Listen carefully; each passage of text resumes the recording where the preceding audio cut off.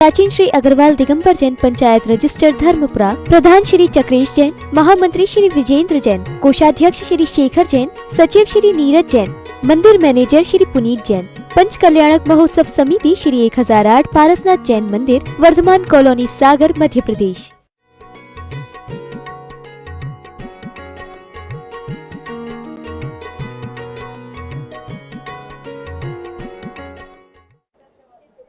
विगता देहा इति विदेह, है ना। देह से रहित होना विदेही, इसलिए हमारे सिद्ध भगवान को क्या कहा जाता है?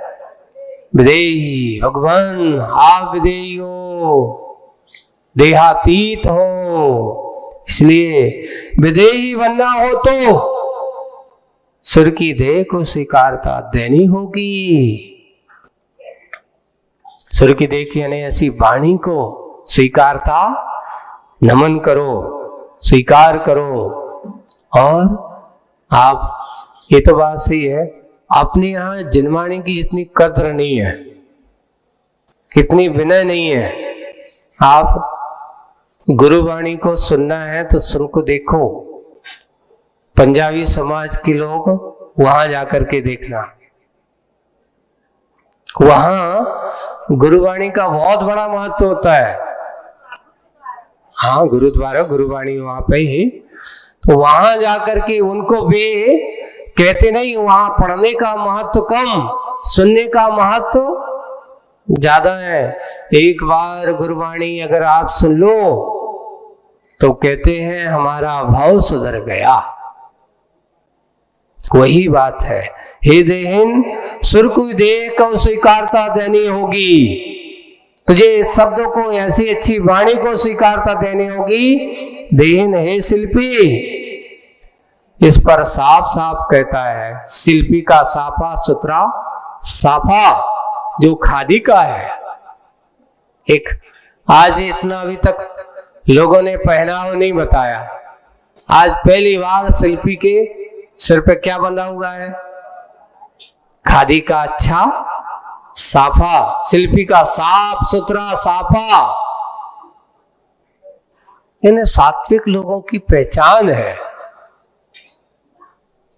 साफा बांधना पहले अगर देखना हो तो राजस्थान में ही देखा जाता है।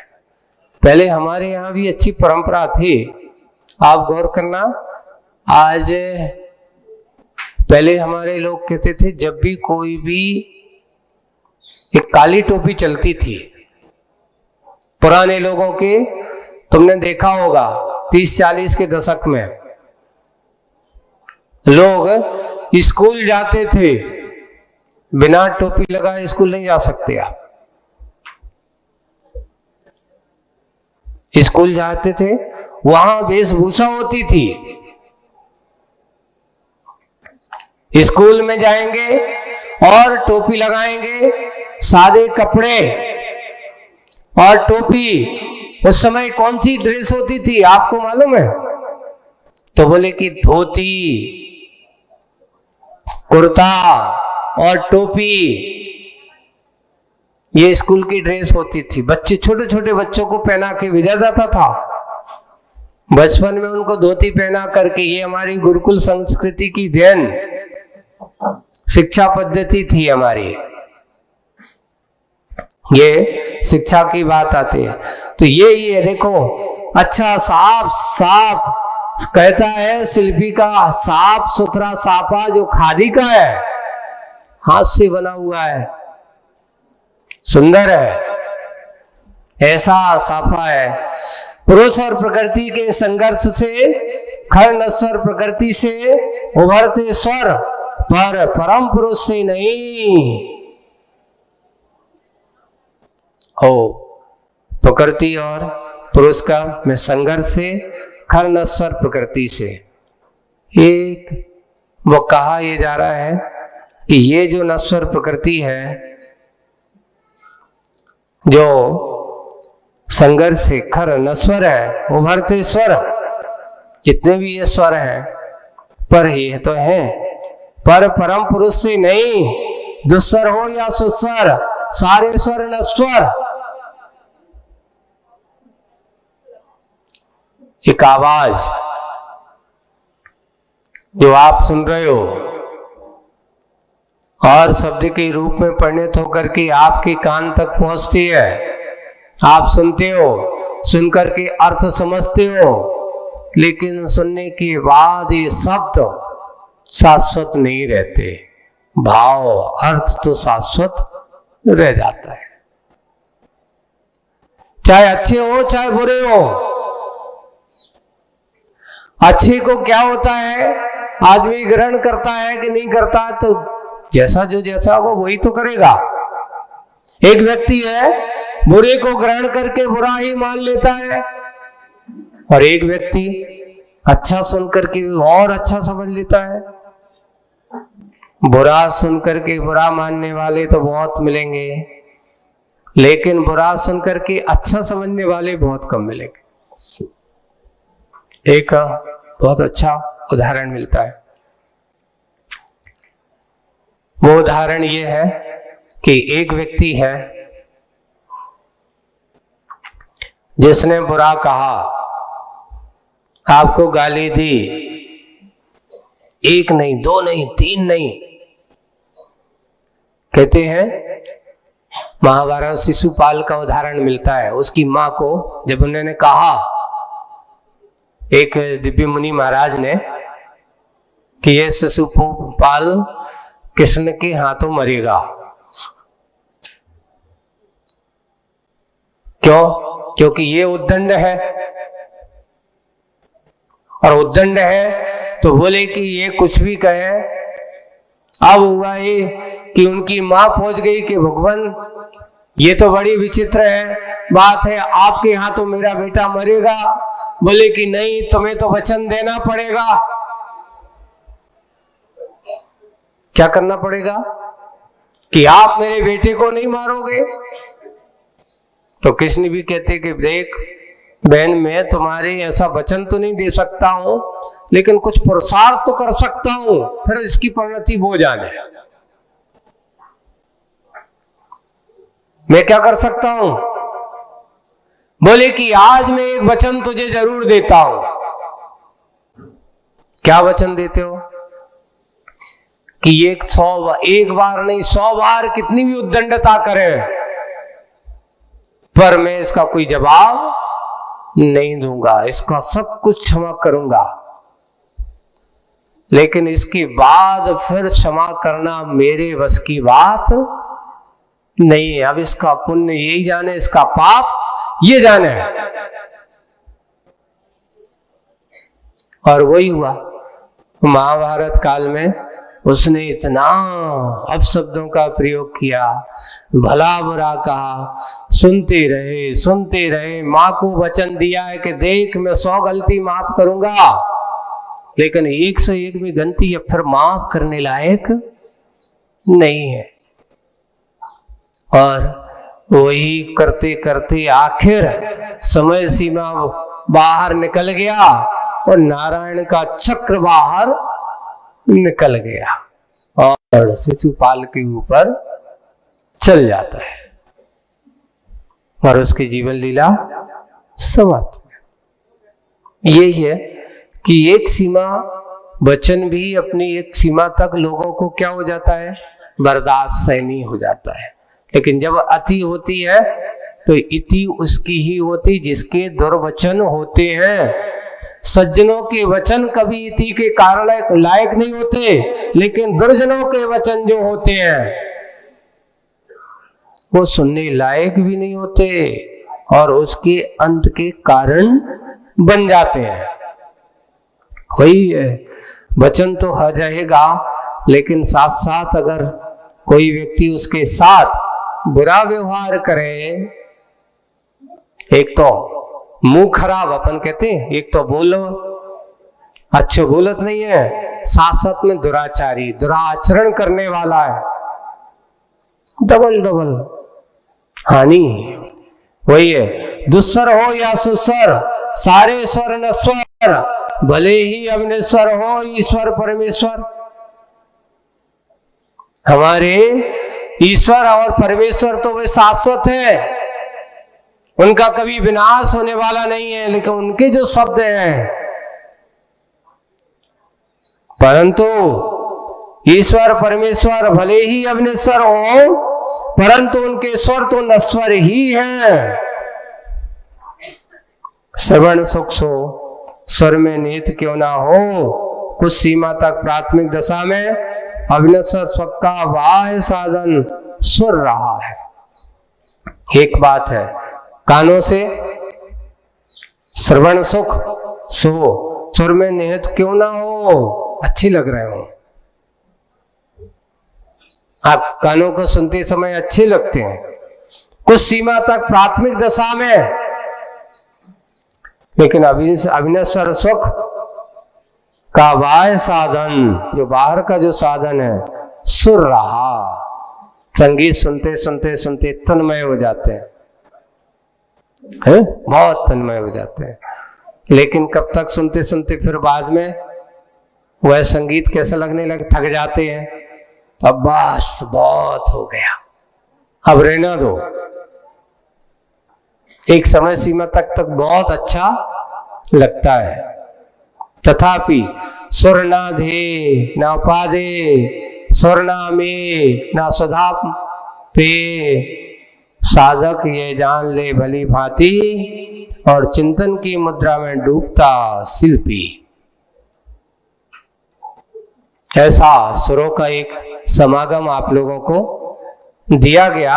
सुर ना ध्येय है ना उपादे, ये शब्द जो है, अब बात ये है, सुर के माध्यम से जो अर्थ तो ध्येय हो सकता है, लेकिन शब्द कभी शाश्वत नहीं हो सकती। ना उपादे सुर ना में,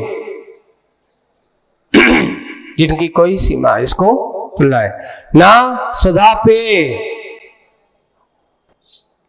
है ना, सुधा पे यानी अमृत की समान पे। साधक है जान ले भली भांति, जितने भी जो साधक है इसमें अटको मत, किसी के शब्द से पकड़ करके बैठ जाते हो कि इसने हमसे ये कहा था, अरे भाई वो तो गया, ऐसा सोचो।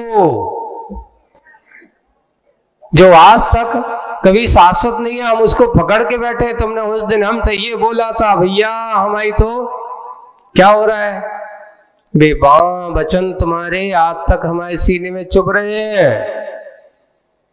मैं बहुत जब से कैसा हूं, घायल हूं आपके उन वचनों से, मुझे बहुत बड़ा आघात पहुंचा है, मैं आपके उन वचनों से बहुत आघात हो गया हूं।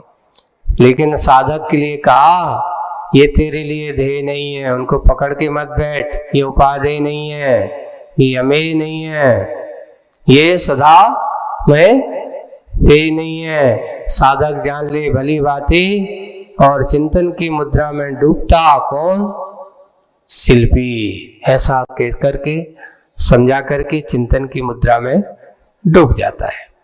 ओ श्रमणा, कान को कहा जा रहा, सुन, है ना, यहां श्रवण नहीं कहा, ओ श्रवणा, कितनी बार स्मरण किया सुर का, ओ मनोरमा, कितनी बार स्मरण किया सुर का। मन को भी, है ना, मनोरमा किसका अर्थ था, मन को जो अच्छा लगे सो उसका नाम मनोरमा। तो ऐसा वह कितनी बार स्मरण किया सुर का, कब से चल रहा है संगीत गीत, या कब से पता नहीं, कितना काल अतीत में व्यतीत हुआ पता हो बता दो। भीतर भाग भीगे नहीं अभी तक, दोनों बहरे अंग रहे, दोनों बहरे अंग रहे, अर्थात भीतर का अंग भी और बाहर का अंग भी, दोनों भीतर भाग भीगे नहीं अभी तक, दोनों बहरे अंग रहे, कहाँ हुए हरे भरे, हे निराग हरे। अब बोल नहीं माहौल मिले, अब मुझे बोलना नहीं है, अब तो मुझे वो है माहौल मिले।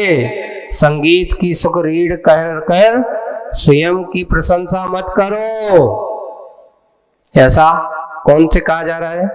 ज्यादा संगीत की प्रशंसा करके, संगीत की सुख की रीढ़ कहकर स्वयं की प्रशंसा मत करो, सही संगीत की हिंसा मत करो। रे सिंगार, रे सिंगार, ये सिंगार जो कह रहा है, देख ये संगीत ही सुख की रीढ़ है, उसकी प्रशंसा मत कर, सही संगीत की हिंसा मत कर। रे सिंगार, क्या कहा जा रहा है? संगीत उसे मैं मानता हूं जो संगातीत होता है। संगातीत का अर्थ परिग्रह से रहित, जो परिग्रह से रहित है वही सही संगीत है, होता है।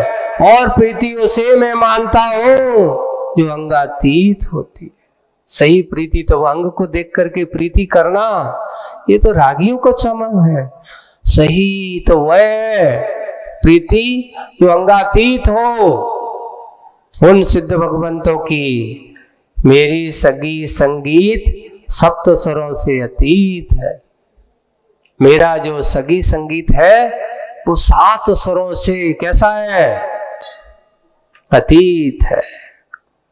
ऐसा सिंगार के अंगंगे खग उतर सील वाले हैं, युग छलकता जा रहा है।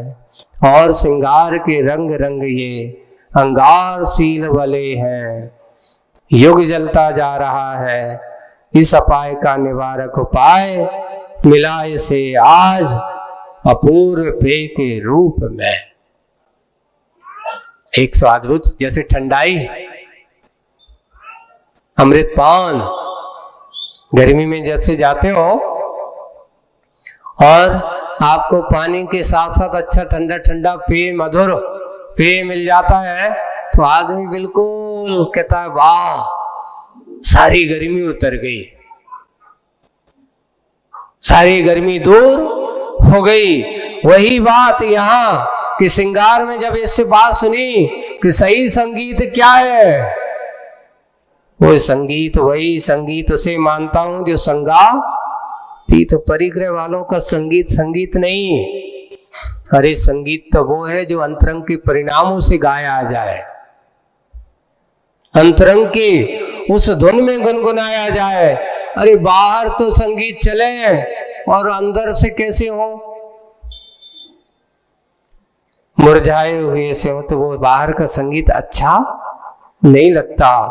वही संगीत सही है, संगातीत, परिग्रह, मोह, इच्छा, मूर्छा, परिग्रह से रहित हो। और प्रीति उसे मानता हूं जो अंगातीत हो। मेरा संगीत संगीत है सप्त स्वरों से अतीत। ऐसे स्वरों में रहने वाला मेरा संगीत नहीं है। श्रृंगार के अंगंगे खग उतार खंग खंग उतार सील वाले हैं। ऐसे खंग यहाँ पे अर्थ उससे रहित, उतार सील वाले हैं, बिल्कुल उससे जैसे अपन रहित हो जाना। खंग का अर्थ यहाँ पर से दूर, उतार सील वाले हैं। युग छलकता जा रहा है और श्रृंगार के रंग रंग ये अंगारशील वाले हैं।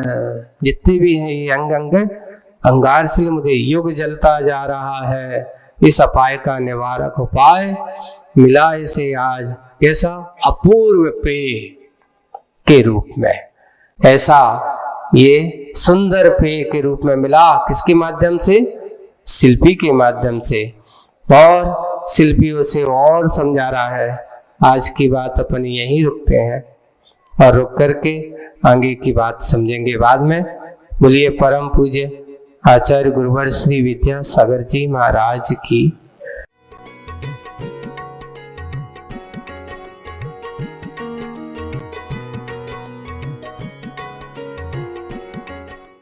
इस कार्यक्रम के पुण्यार्जक थे प्राचीन श्री अग्रवाल दिगंबर जैन पंचायत रजिस्टर धर्मपुरा, प्रधान श्री चक्रेश जैन, महामंत्री श्री विजेंद्र जैन, कोषाध्यक्ष श्री शेखर जैन, सचिव श्री नीरज जैन, मंदिर मैनेजर श्री पुनीत जैन, पंच कल्याणक महोत्सव समिति श्री 1008 पारसनाथ जैन मंदिर, वर्धमान कॉलोनी, सागर, मध्य प्रदेश।